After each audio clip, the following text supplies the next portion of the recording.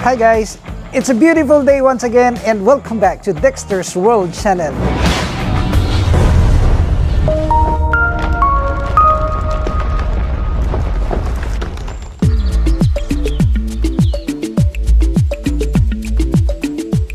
Well, we are on a lockdown and we made use of the time for us to harvest our goldfish. Well, as you know, we already have made a mega harvest of our goldfish right there at the farm.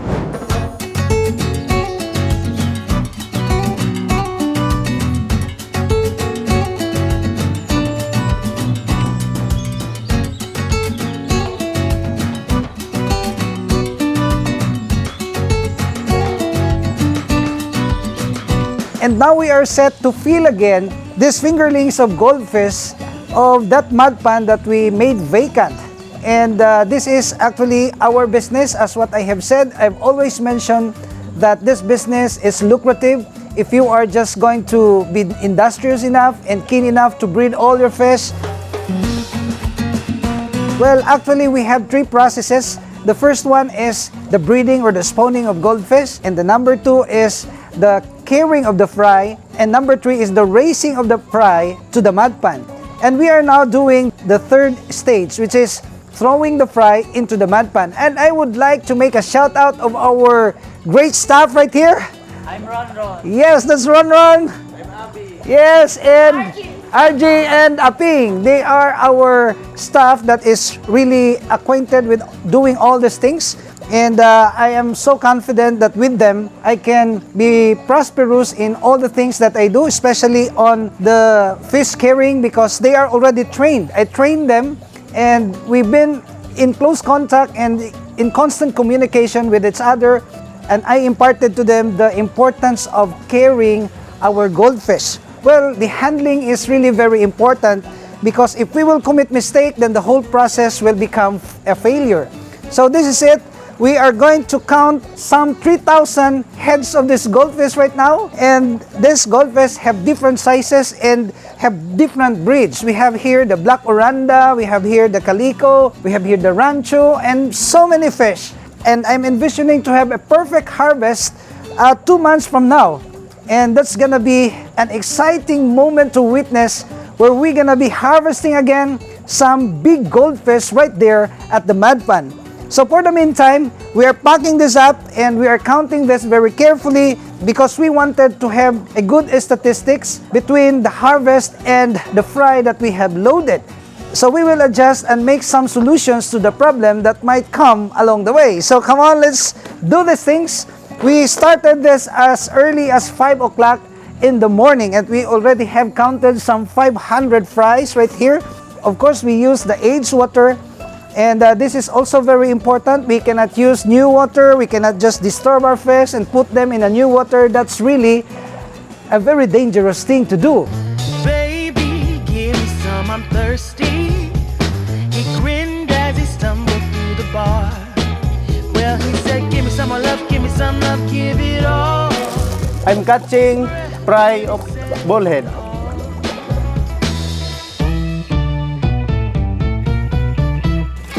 100 goldfish inside the plastic. Come on, come on, come on, come on. Well, he said, I catch a frog!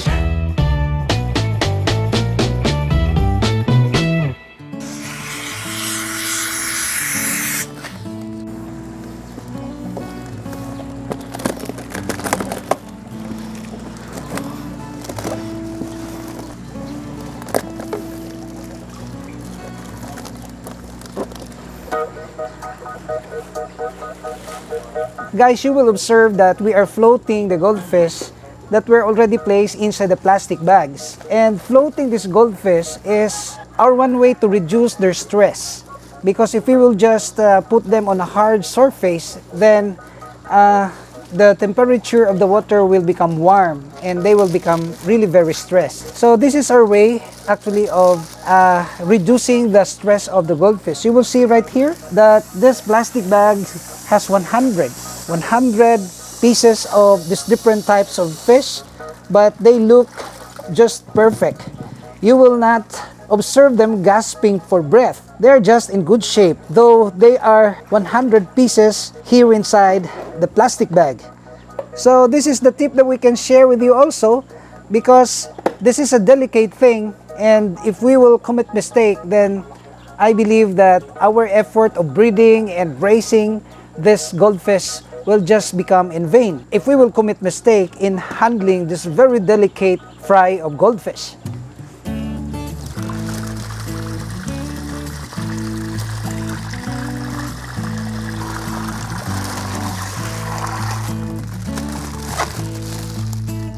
And guys, let me share with you about my concrete water tank.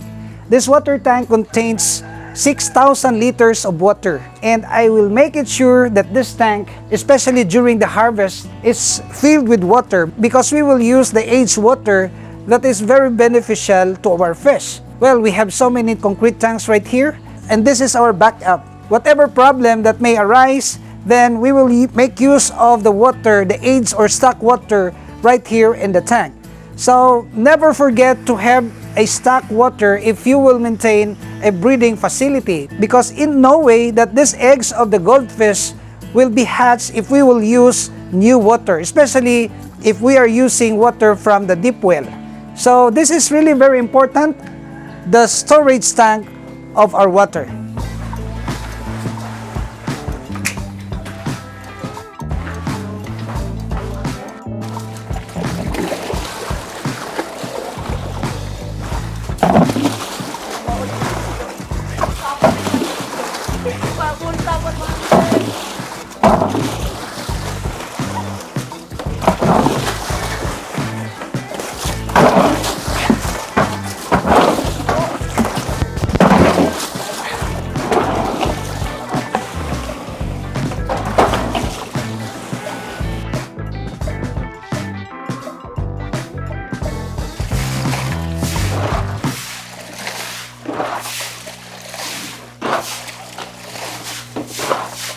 So guys, this is the situation. Since we already have stirred up the water in this two tanks, so the ammonia will certainly rise up, and this ammonia would now kill our fish.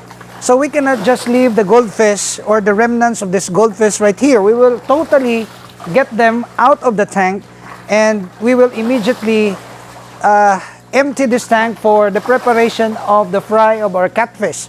Well, our catfish have grown big, and this is the tank for them. And we are anticipating to have massive production of this catfish and sell this at the market. So these are the things that are under our control. These are the things that we can create. It's my principle to stop worrying, to stop putting some emotional investment on the things that we cannot control. We are on a lockdown because of this COVID-19, and we made use of our time just to become productive instead of thinking about this COVID thing.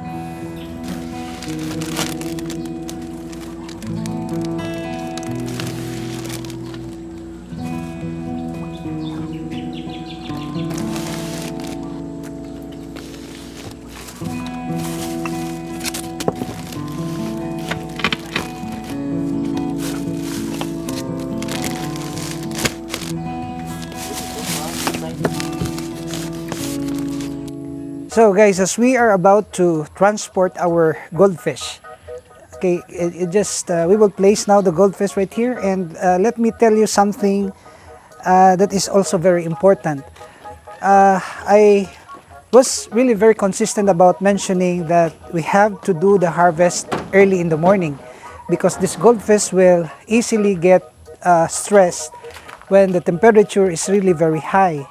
So what we do to address the issue about the temperature is to put some ice cubes in the container. This ice cube will normalize everything, though they will be exposed to the sunlight during the transport, but the temperature will not get high because of this ice cube.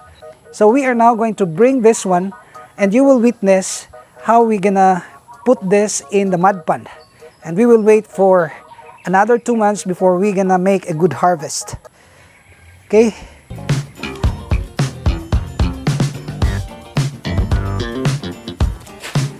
Okay, just very gently push that, then okay, of course. So, let's go, and we will proceed right there.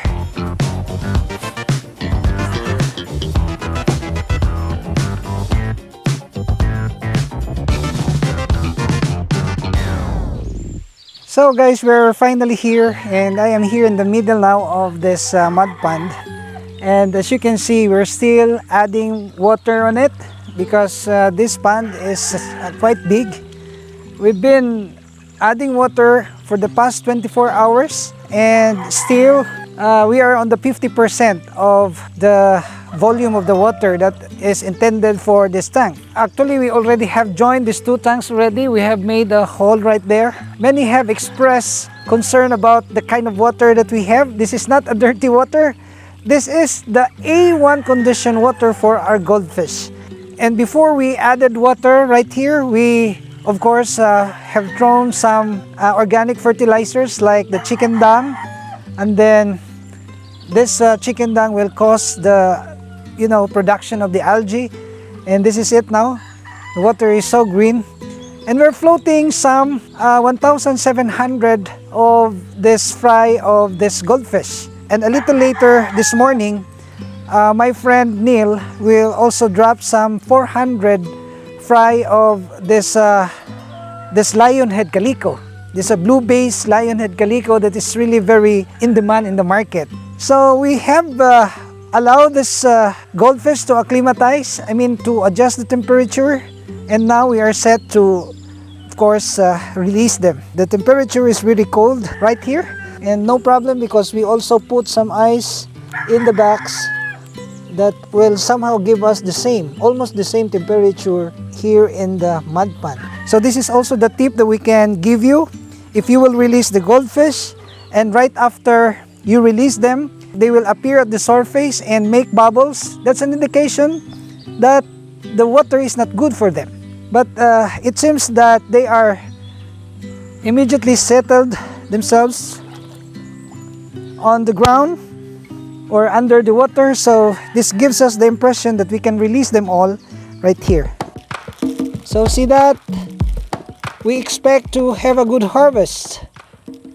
Wow, this is it. And maybe guys, you are interested to know about the measurement of this mud pond.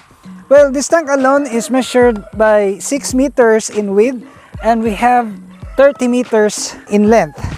And this size of the tank, the mud pond, will accommodate more than 5,000 heads.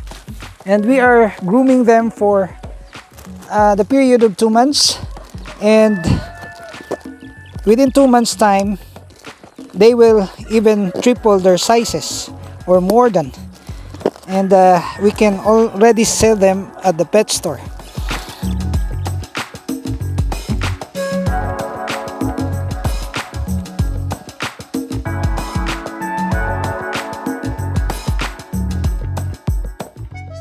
There are really some nutrients that they can eat down below.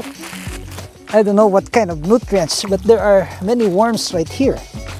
The live food are really massive down under, and also it's good to put your goldfish in the mud pond, because in the mud pond the temperature is almost constant, meaning that it would not be greatly affected by the conditions. Like during noontime, it's really still cold under the mud pond, and even during nighttime the temperature is almost the same.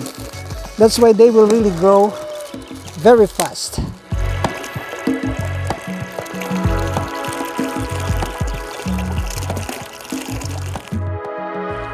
So this is the third step that we are doing. We breed, and then if the fry care, we will wait, we will take care of the fry, we will put them in a concrete tank, and then for a period of 3 to 4 weeks we will condition them to be placed in this more tougher environment. If we will directly put the small fry right here, the chances of survival is very small compared to, you know, raising them in a concrete tank for 1 month and putting them at the age of 1 month, and let's say a good age for this fish to survive in this kind of environment.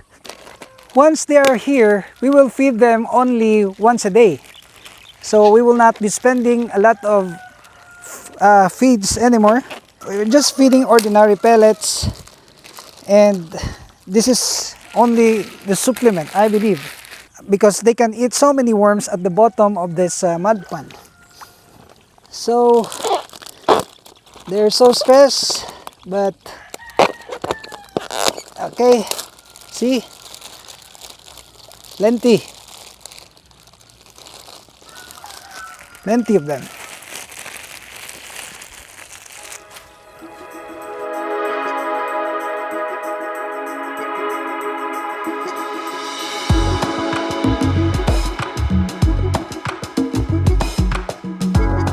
For next week, we are going to harvest the Japanese koi right here, and I can sense that we can really make good harvest out of the Japanese koi that have grown big in this particular mud pond.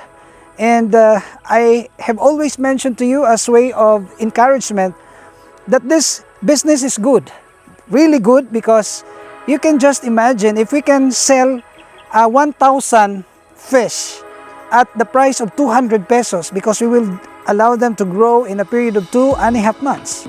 We will earn 200,000 pesos for just maybe 3 months from the time that they were hatched, or 4 months. So that's a big money, because you will not invest much of our capital and resources. You will just breed them and put them right here and wait for 4 months before we can harvest them, and then that's the time that we will earn a lot of money.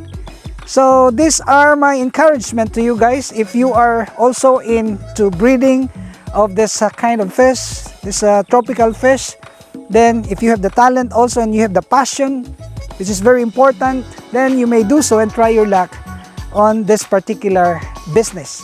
So that's the thing that we can share with you so far. I hope you will be encouraged, and I hope you will subscribe. If you are not subscribed to this channel, you will subscribe, because you will learn so many things, practical tips on how to do business out of farming. So we invite you to please hit that notification bell and choose to be notified of our upcoming videos. We're uploading videos every 3 to 5 days only here at Dexter's World.